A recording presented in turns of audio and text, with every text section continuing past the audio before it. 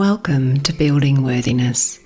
My name is Mary, or officially Dr. Mary Patricia Quinlivan, and this podcast is all about really letting you know how lovable you are, how worthy you are. It does share my very early awakening journey, and it has of course grown and expanded and deepened since then. But it's very valuable learning on how we build worthiness, and of course with lots of sidetracks and mistakes and messing it up and getting it wrong, but ultimately discovering that we are entirely lovable, entirely worthy, that in essence we are consciousness or divine love. And this episode is all about trusting life, no matter how it may appear. And I want to start with, this has been a rewrite of a previous podcast, and this particular episode has changed so much that I'm just redoing it completely. And that's because when I first started to awaken, it was very exciting and beautiful, and I didn't really earth it very well. And I also got a little bit lost in signs, and that meant that I made some mistakes, some quite big mistakes. And just to briefly outline that, you knew that I left the general practice setting to work in this role as a therapist and doing a lot of mindfulness and bringing spirituality in. And that developed to the point where I wanted to really open up to the spirituality. But unfortunately, I thought that I had to leave the Medicare system to do that. And I got a little bit lost in signs, thinking that that's what I was being instructed to do. The truth was, it was important for me to embrace spirituality more and really let that in as part of my practice. But I didn't need to leave medicine to do that. So what happened was I left medicine for about 7 months, and nothing that I did during that time really worked very well. And my client numbers dropped, even though I had some very lovely, loyal clients that still came in. Of course, because people weren't getting a rebate, it was harder, and I definitely had less numbers. And workshops I tried to run, none of them worked. So I finally realised, and that was on the 22nd of February 2022, actually. So some numerology in there. Obviously it was a day of openness, but I think also just it happening on that day reminded me that I'm still being supported and it was all okay to have made that mistake.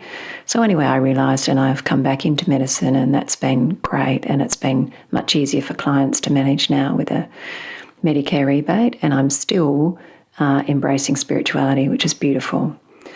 But the truth was that I wouldn't have let myself dive as deeply into spirituality if I hadn't have left medicine, because what was deep inside me was this fear of being judged and perhaps even pushed out of the medicine system, because I'd grown up in a very old system with very traditional consultants and a lot of conservatism, and I just didn't feel that I could really get really spiritual within that. So I've realised that I can, and I can still do everything by the book, which I do. And if clients are interested in spirituality, we go there. If they're not, I don't. So that's been a beautiful realisation.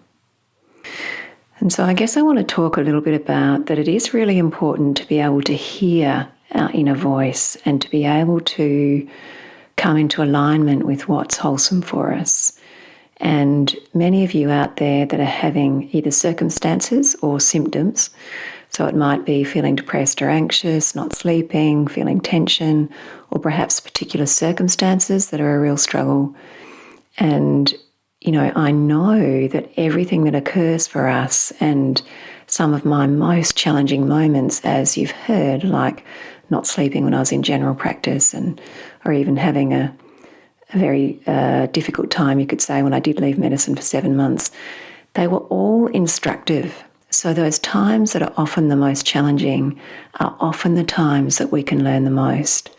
Even when I was a young person and experienced depression, after my first child because of a very difficult family situation. That was incredibly instructive to me. Yes, it was really hard, and I needed to learn to nurture and be very compassionate with myself, but it taught me so much. And so I just want to say that, the path of healing is often very challenging. I've said before that it's the steep and narrow path. It's not the broad and wide path. And it does mean that you may end up having to do things that others don't approve of. Even perhaps, your intimate partner or your children or your parents or friends may struggle with what your choice is. But if you keep sitting with something and it keeps being there in your heart and being there in your heart, and you feel like your body's suffering because you're not going there, then, might as well give it a go. And if you haven't got it completely right, you're going to find that out, just like I did and have done. So that's what I mean. We can kind of trust life. It's almost to have this willingness to give something a go if we really feel that's what's in our heart, and to know that if it's not perfectly right, we will be pulled back. We will be pulled into alignment again. If it is right, fantastic, and we're going to start to feel a whole lot better and a whole lot more wholesome. But the path forward still may not be easy. There may be hiccups, there may be side steps, there may be challenges and ongoing learning. And it's just this coming back to presence all the time, listening into our heart, knowing what the next step is, taking the next step, seeing what arises. And if it feels like it's flowing and the body's feeling better, then keep going. If it feels like it's not working, like me leaving medicine, then reassess and be present again. And eventually you'll grasp whatever shift needs to happen. And just to share an aspect of the journey for me that has perhaps been very challenging, and that's been to do with, I guess how I function in the world in terms of friendships and socialising. And I mentioned very early on that I had been camping with friends up north, and that was a very social situation, and I'd really struggled with that. And when I came back, that was when I first started connecting with Isira, and I'd recognised then that, my vibration was shifting, and as much as I loved my friends and could spend short periods of time with them, to spend a whole week in a very social situation was just not who I was anymore. And that's the stuff that does start to happen. For me now, I wouldn't choose to go and spend a night in a pub if I could avoid it. But if it was the birthday, for instance, of someone who I really loved, then I would do it. And, my friendships have really shifted, and there have been friends that in some ways have been left behind, which has been really painful for me, and I'm sure painful for them too. It hasn't stopped how much I love and care for them, but it's just the nature of this journey that, I'm becoming a bit more almost monk-like, or that's not quite the word, but what is important to me is being in nature, is having regular periods of silence, is tuning into spirit, is listening to God voice, is overturning any stones that are yet to be overturned, or finding those dark corners with compassion. And not everyone's into that. Not everyone wants to do that stuff. Not everyone wants to be present. So it is tricky combining that with the original lifestyle. So some things will have to shift and will have to change, and that can be really painful. And I had some very resistant and frustrated moments with this journey. In fact, really angry with this journey because I had to change some of those things, and feeling like I needed to punch the air and stamp the earth and dive under the waves and scream. But then realising, we think it's going to be about sacrifice, but it never turns out to be about sacrifice. And in fact, what I have realised along the way is those changes that I have felt I need to make, that is part of, if you like, God's will, I've realised that they are also my will. Because as we learn to sink more into our higher self, we realize that any changes that come to us to make ultimately feel much more peaceful, and the body feels better, and it really is who we want to be. So it doesn't turn out to be about sacrifice ever.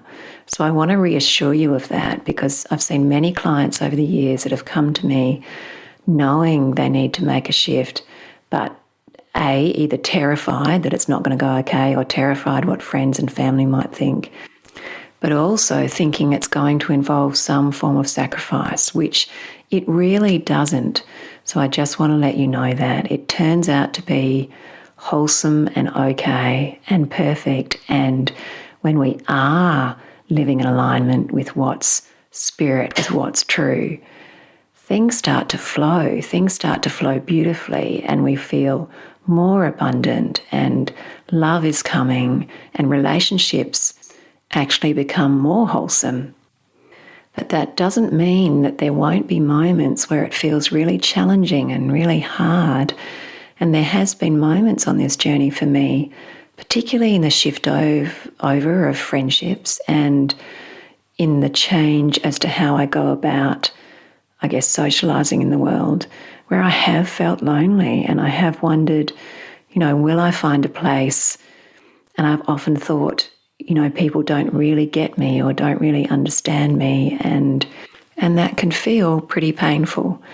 But, I was having a moment of that not so long ago, and I happened to look up a friend's Facebook page, and it said, and I thought this was very wise, not to be afraid of the moments of loneliness, or not to be afraid of the challenge, or what may appear as not being understood or being different, that it will evolve. Keep being centered, keep being present, and all of us, we will find our place, because we are doing, or at least attempting to do, and eventually getting there, we are doing what spirit, what our inner spirit, what our higher self wants us to do. So it is about trusting life and knowing that we will eventually arrive, no matter what, wherever we need to be.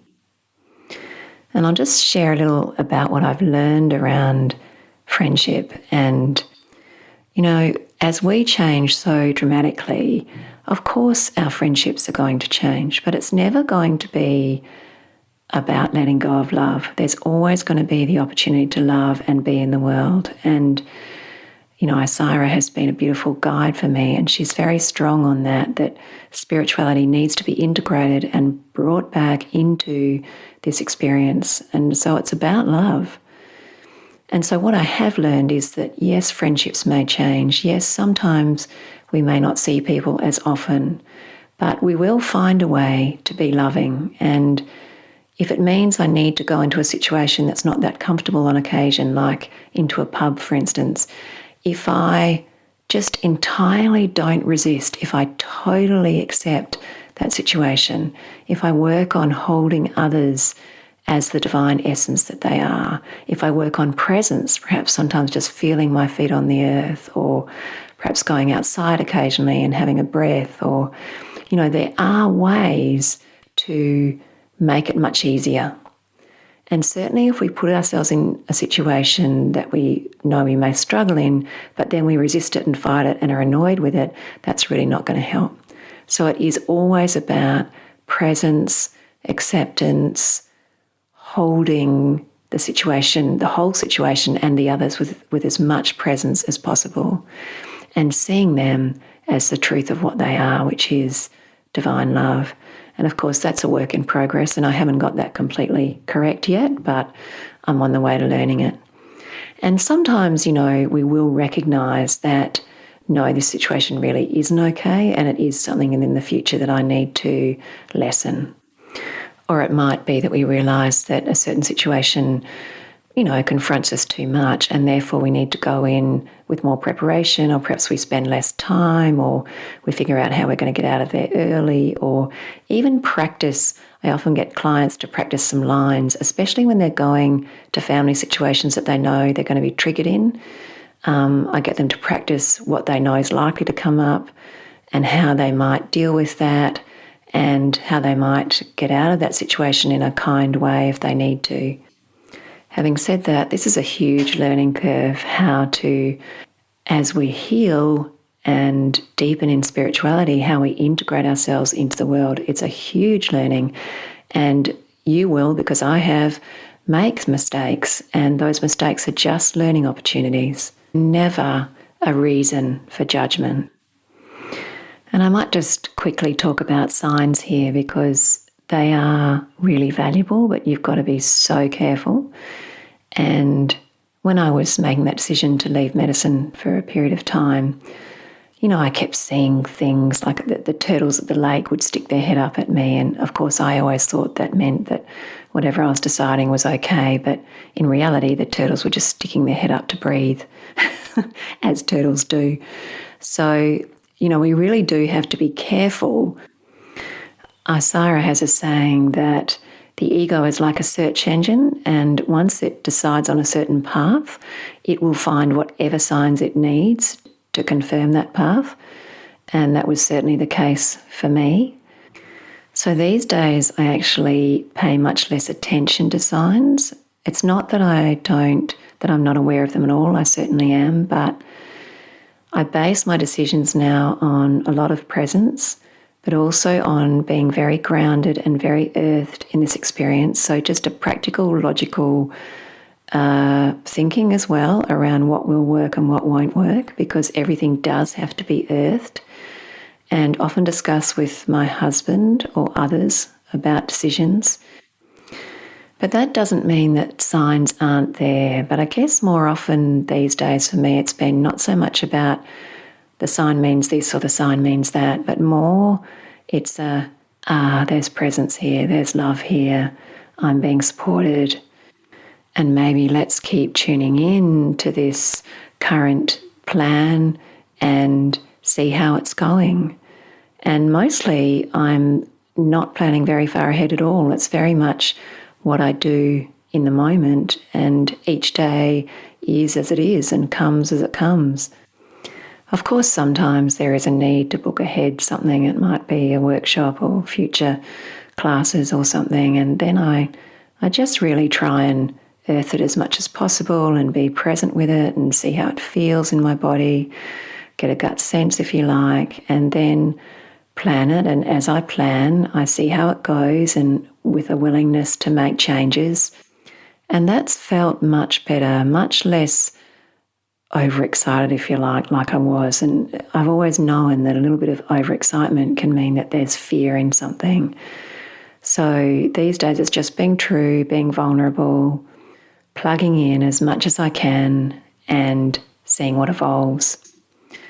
And there's another aspect to that, which is to do with, when, that life can be busy, there's often a lot to do dealing with the place we live, with our relationships, with whatever we do for work. And sometimes there's a kind of a tension or a, how am I going to get this done? Or is this going to get done? And more in my life, I've very much tried to just do what feels wholesome.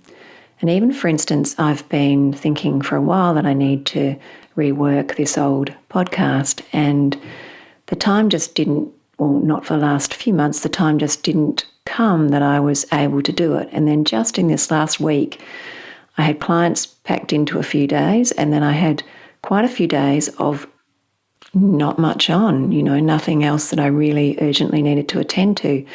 And just before this run of days, I had a contact from a lady that does my website about the old podcast, telling me that the links weren't working very well. And I thought, okay, so I've got this run of days and the podcast isn't working very well. Maybe now's the moment. And it does seem to be flowing quite reasonably in these last few days. So I guess it's like we can let go of that fear around not being able to manage to fit in everything we need, and rather step back. Often, in fact, we need to do less anyway, and often some of the things on our list, if we leave them for long enough, they just disappear. It's definitely happened to me before. There was once with my husband and I a door in our house that wasn't working, and neither of us could be bothered getting around to fixing it, and one day it just fixed itself. So it has been a learning for me around sort of trusting, listening to the body, knowing that the right moment will come, and that it's okay to leave it until that right moment comes. And then if I sink into presence, that there will be a flow. And of course, as I always mention, being in nature is a huge part of that for me, which I do every day. Go to the lake or down the beach with my shoes off, and often sit under a tree or on the sand. And Auntie Jinta, or Osira, frequently talks about what she calls darari, or inner deep listening, or listening in nature. And as we sit in nature, first of all, it pulls us into presence, but it really can inform us as well. And that's what darari is all about. And it makes sense that our inner voice, which is truly our highest essence, and that same essence is also the earth, the trees, the animals, the other beings, humans around us. So a listening to the entire field is going to be informative and of great value. And practicing that is going to pull us towards deeper connection and deeper oneness, because we'll be recognizing the essence of love that's in everything, the same divine essence that we are. And also, by the way, as we connect more to the earth and more to nature, there's a natural desire to look after nature and the beings and the trees and the earth around us, which is probably why our First Nations people, who were so connected to nature, were so able to look after her in the most beautiful manner. And I just want to talk about this concept of trusting life and knowing that when we're experiencing, as I mentioned before, like difficult symptoms, and that might be anxiety, depression, tension, whatever, or difficult circumstances, that they will be an opportunity for us. But it's never about giving yourself a hard time or thinking that you really should be doing something or stepping off some cliff or, making some change dramatically or quickly, because it's okay. It's okay to be you. It's okay to have fear. It's okay to have doubt. It's okay to have uncertainty, to make mistakes, to mess it up. All of that is perfectly fine. And sometimes I see clients that might be coming to some change they might need to make. It might be around their work, or it might be around a partner, but they're not there yet. And it's often really valuable for them to spend, say, for instance, if it's a partner that they're not sure if they need to leave, but they really don't want to yet, but there's some very worrying signs. We're not meant to just jump up and leave straight away if we're not sure. We're often much more meant to work on everything we can possibly work on, communicate with that person as well as we can, learn whatever we may need to learn in a relationship. And then if it's still scary, well, just let it come, Eventually we will get to a place where we feel able enough and we feel supported enough to be able to make a change. And if we're not in that place yet, that's perfectly okay. That's what we're meant to be. If eventually we are meant to change, then I've no doubt that things will happen or occur, or something will feel intolerable, and eventually we will have to make a change. The only thing I could say about that is that sometimes if we really know that something's not wholesome for us and we're clinging on for some reason, like perhaps fear or being disapproved of or feeling vulnerable without that thing in the world or whatever it is, then we may need to end up suffering more because we're clinging on so much. So it's just good to have a little bit of awareness of that if we're really not listening to our inner will. And that was probably me when I was leaving general practice. It took me 2 years to finally come to the decision to leave. And that's because I had no concept of trusting God or of listening to my heart. So I just pushed myself in things that really weren't me for a longer period than my body enjoyed, that's for sure. But then there's certainly no judgment in that, because that was the first time I'd ever had to confront well, listening to my inner being, and I didn't really know anything about it. So, of course, it was going to take me a while. And so, really, there's never any need for judgment. And this trusting life, it really is going to build our worthiness, because it will mean that we're letting life guide us, and that's going to bring us more into alignment with our higher self, our inner spirit. It means we're going to relax more. We're going to trust that we're going to be shown things. It means we're not going to judge our mistakes. We're going to let them be learning opportunities. It means we will listen to our inner voice and to darari, the world around us and nature. It also means that we will start to feel the support of spirit, both within and around. And all of that's going to really build worthiness. And another aspect to that is just joy. This is life. This is the journey we're going on. We're just going to let it teach us and enjoy it, and know that nothing we can do is going to be judged, and we are going to always inevitably find our way back to what is the wholesome path forward, because that's what life does. That's where it pulls us. And we don't need to take it so seriously, because there is this permanent background of divine loving essence, which is what we truly are. So we don't need to hold this experience with such seriousness, and we can have a joy, because we know that the truth of what we are is this divine essence, and that's never going to go, never going to fade, never going to judge, always be loving. So we're safe. And it's a foolproof mechanism to help us eventually find our way home. So I think that's enough for this session. Thanks for listening. It's been a pleasure to be here with you. Please subscribe and share my podcast with friends or family, and look me up on my website, which is livingawarenesswa.com, or my Facebook and Instagram pages, which are Living Awareness WA. And I highly recommend Isira, and her website is isira.com. Much love to you all.